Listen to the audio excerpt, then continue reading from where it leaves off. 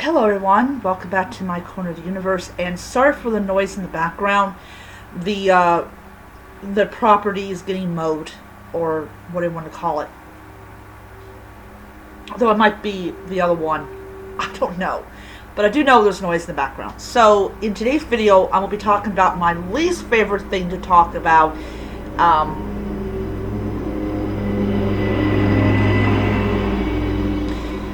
My least favorite thing to talk about, and that is book banning, book censorship, and book burning. The first and the third make you look like a fucking idiot. So, sorry for the language. There will be plenty of language in this video.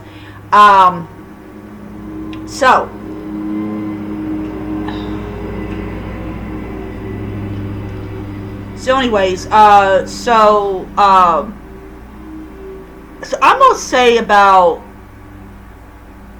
gonna say something about myself. Is I love reading books, and everyone on my channel knows that I'm currently writing a book, which I'm taking my careful sweet time on, because I want to at least make the book good, not readable, but good. I'm not expecting New York Times bestseller or a freaking movie deal or the other nonsense that, yes, being a New York Times bestselling author is good and great, but that is not my goal in the book. I just want to write a book that is fantasy, because I happen to love fantasy. But yeah, so that's just me. But anyways, so years ago, I was introduced to an author called J.K. Rowling and her Harry Potter series. And my mother, and my brother, we went to the mall, to the bookstore. Oh my god, I'm talking about bookstores and malls. That thing that used to exist, but doesn't exist anymore. And so I bought the first book because the bookstore employee suggested that I get the first book. I got the first book, loved it, had read all 7 books, all that jazz. Just like I like Rick Riordan's Percy Jackson series, read all 5 books, all that type of stuff. So back in the early 2000s, like 2002, 2003, when people were still protesting that thing that never happened, I was introduced to Banned Book Week. And what happened was, and I thought you were done.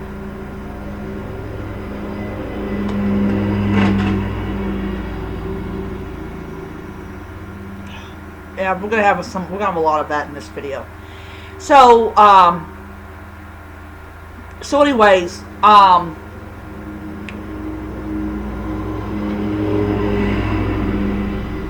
gonna throw a rock at him. I'm really gonna do that. So I went to the library, and there was a piece of paper that was on the door, talking about Banned Book Week. And I had never heard of Banned Book Week at all. I mean, I will be serious as a heart attack here. Never heard of Banned Book Week at all. So went in there, and went to the librarian, and I asked about this Banned Book Week. And she was telling me that the American Library Association, every year they release a list of books that have gotten challenged. And back in the early 2000s, we were just talking about books being challenged for various different reasons. We never heard of state governments actually deciding that they were going to actually ban these books, get them out of schools, libraries, things like that. That was absolutely unheard of in the 90s when I was a wee little girl. and even in the early 2000s up to like 2010, never heard of anybody deciding that limiting people's ability to access certain books was considered acceptable form of behavior. So, so you have this Moms for Liberty that was formed during the pandemic that basically threatened people, basically stated that, you know, we're going to basically, you know, enjoy what you got while you have it, you know, things like that. So you have these people that are getting books removed from libraries, school libraries, things like that, in the name of parental rights. Oh, I forgot. Even parents that want to raise their children the way they want to raise them, you control what they actually are able to give their children. You forget there are bookstores out there that can give you the books that, you know, I don't understand the point of censoring a book when the person can go to the dang freaking bookstore or go on Amazon.com and get the dang freaking book on Kindle or Nook or physical or Audible or whatever. I do not understand this. So yeah. So you have this coalition of people, you have these state governments that are not only just limiting what can be taught in schools, but also limiting what people can read. Schools, you know, children can read. And, you know, some people may agree that censoring these books is a good idea. I don't, and I'm not saying this because I'm an author. I'm saying this because I am a lover of books. I love books of all different kinds of points of views. I just cannot get enough. I always have to have a book in my hand. I just love it. And I love the ability to actually sit down and read a book and to get engrossed in that world and the characters. So, back in the 90s, and I actually heard from a teacher that it is still being taught, which I was very happy about. We were taught about the Holocaust, and we were taught about, you know, what the Nazis did to the Jews and to all the undesirables and the gypsies and to the homosexuals and things like that. And so we learned about that. What we weren't taught in school was that the books that were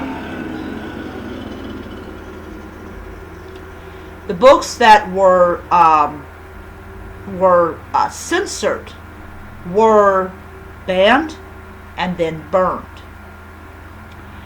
And the thing is, the first time that I had actually seen any kind of depiction of mass book burning was when Indiana Jones was trying to find the Ark of the Covenant. And there was this big scene where these young Nazis, I think it was Hitler's youth group and some of the members of the SS were throwing books into the bonfire. And the lady that was there, she was visibly, like, upset about it, you know. But you were with the Nazis, so, yeah, you don't get any sympathy points from me. So, you had that scene. And that scene stuck with me for still sticks with me today. When I saw video of this church burning books that they didn't approve of, especially Harry Potter and Twilight, It reminded me of that sea. And there's an old saying, those who burn books will burn people.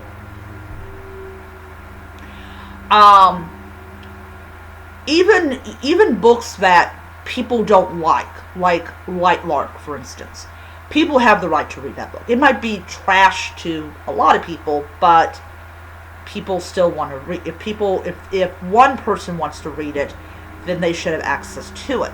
Just like there's people that can't stand J.K. Rowling, and I understand where you're coming from on that area, but I also support people's right to read it.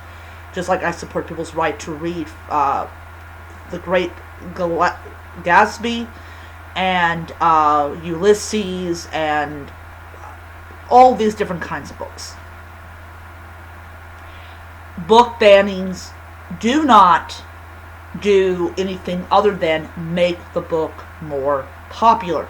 And prime example of this, called the Streisand effect, which I did not know where that came from until I read that it was because Barbra Streisand tried to get an image of her removed and it just made the image more popular.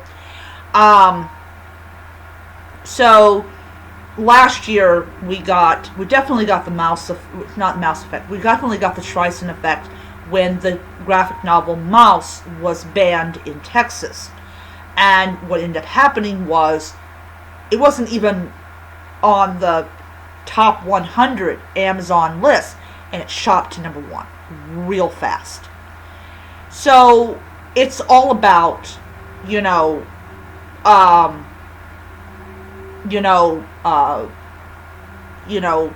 censorship is never good. Banning is never good because it just makes the item more popular.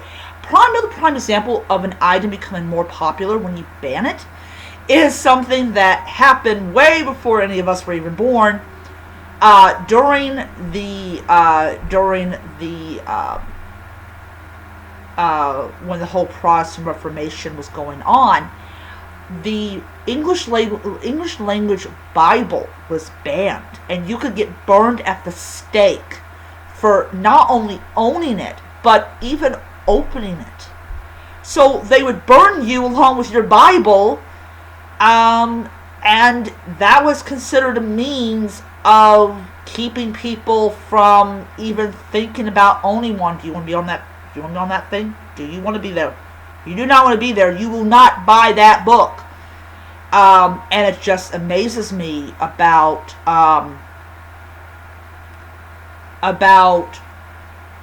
what they did. And it just reemphasizes what I'm saying, that those who burn books will soon burn people, because it happened.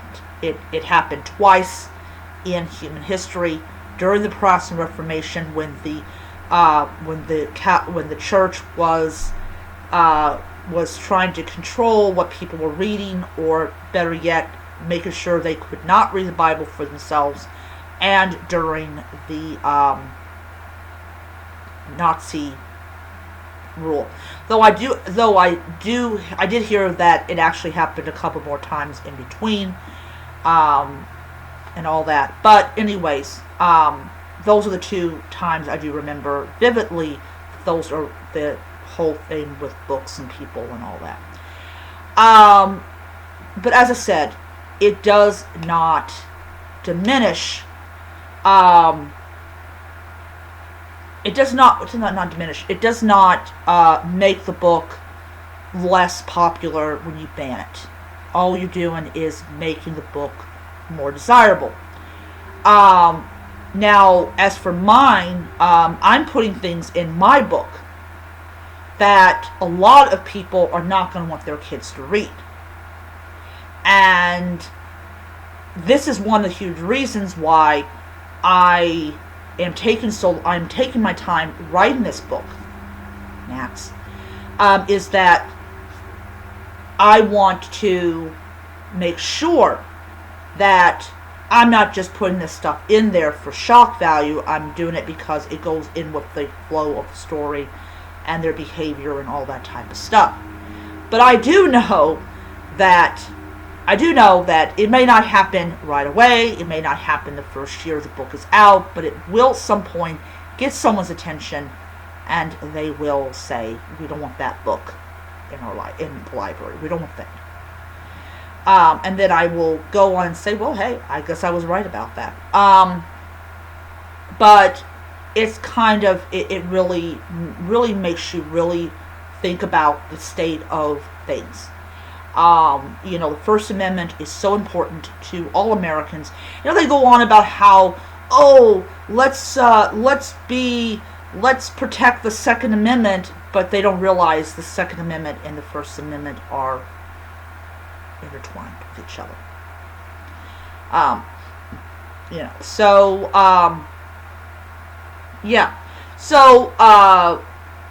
this year, so I told you guys that I'm buying a huge amount of books next month. So that's going to be next week. They will be ordered. They'll be ordered on the 4th, because I'm trying to avoid the 3rd as much as possible, because people get their Social Security checks, and in the case of my job, we all get paid on the 3rd. So I'm going on the 4th. I'm actually just going to go on Amazon and order these books. And one of the 2 books that I'm ordering, and if I've mentioned this before, I'm sorry if I'm repeating myself, is going to be The Boy in the Striped Pajamas, which talks about the Holocaust, or especially this young man encountering someone who is I believe in a concentration camp. I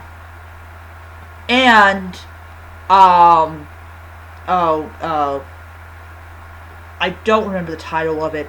I really should have got the title before I did this video. But it's about a guy or a young man who goes time traveling and all that. I actually read that it's actually the first instances that talks about that homosexuals were a victim of the Holocaust. I was like, wow, that looks really interesting. I did like time travel and go to different time periods. Sounds really interesting. So I'm getting that one, and I'm also purchasing the entire Percy Jackson series and The Lost Hero, mainly to piss off people that think that Percy Jackson is bad. I know in England, this headmaster banned Percy Jackson. He called it fast food literature or something like that. So I'm definitely going to be getting those 2 as well. Most of them are going to be mysteries, but I'm also going to, of course, have it. So with those 2 books, the Boy in the Striped Pajamas, I will be reading probably around June. But the other one, the one that is definitely on the list of banned books, though that book is actually going to be read during Banned Book Week. And I actually am purchasing a t-shirt that says "I'm with Banned Books." That a t-shirt I'm going to be wearing during Banned Book Week. So when I do my review for it, you're going to see me in the t-shirt. I'm also going to post it on my TikTok as well. So you'll see me in the shirt as well. But we as Americans, we have to protect this right to be able to read what we want to read. And I think it's absolutely vital to have that right and everything. So I am going to end it here. Hope you guys enjoy the video as much as this content allows it to be enjoyed. And I will see you guys around.